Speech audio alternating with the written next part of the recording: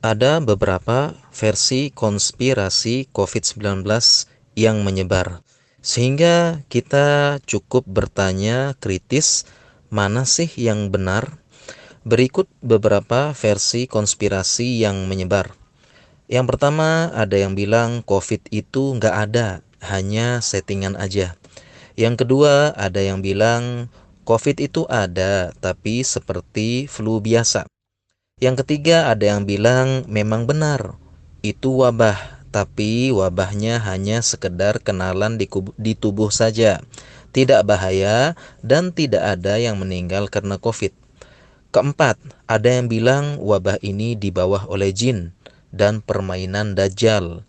Yang kelima, ada yang mengatakan ini permainan kaum elit. Yang keenam, ada yang bilang WHO dikuasai oleh Amerika.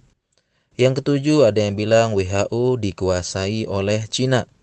Yang kedelapan, ada yang bilang orang-orang medis dan rumah sakit bersandiwara, settingan, dan mereka membisniskan COVID.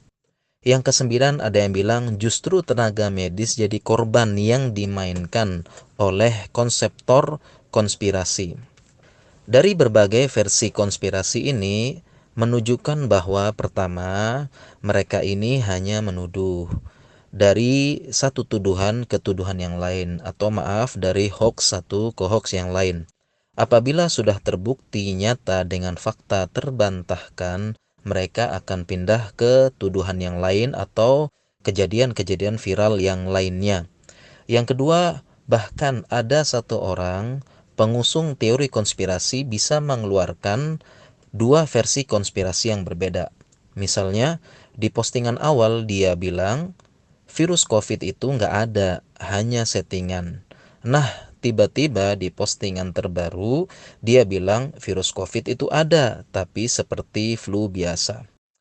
Yang ketiga, mereka sangat rajin membuat tuduhan dan membuat bantahan. Sebenarnya, antar penganut konspirasi dengan versi yang berbeda-beda, harusnya mereka pun saling membantah untuk membuktikan teori konspirasi versi mereka lah yang paling benar.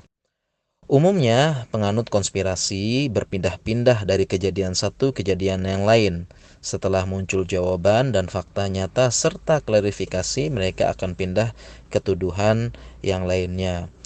Terkait dengan konspirasi ini, ya sering kita sampaikan, intinya kita kembali kepada ahlinya, bertanya di fakta di lapangan, silahkan main-main ke rumah sakit, silahkan bertanya kepada pasien, keluarga pasien, silahkan bertanya kepada keluarga dekat atau keluarga jauh Anda yang tenaga medis, fakta di lapangan bagaimana.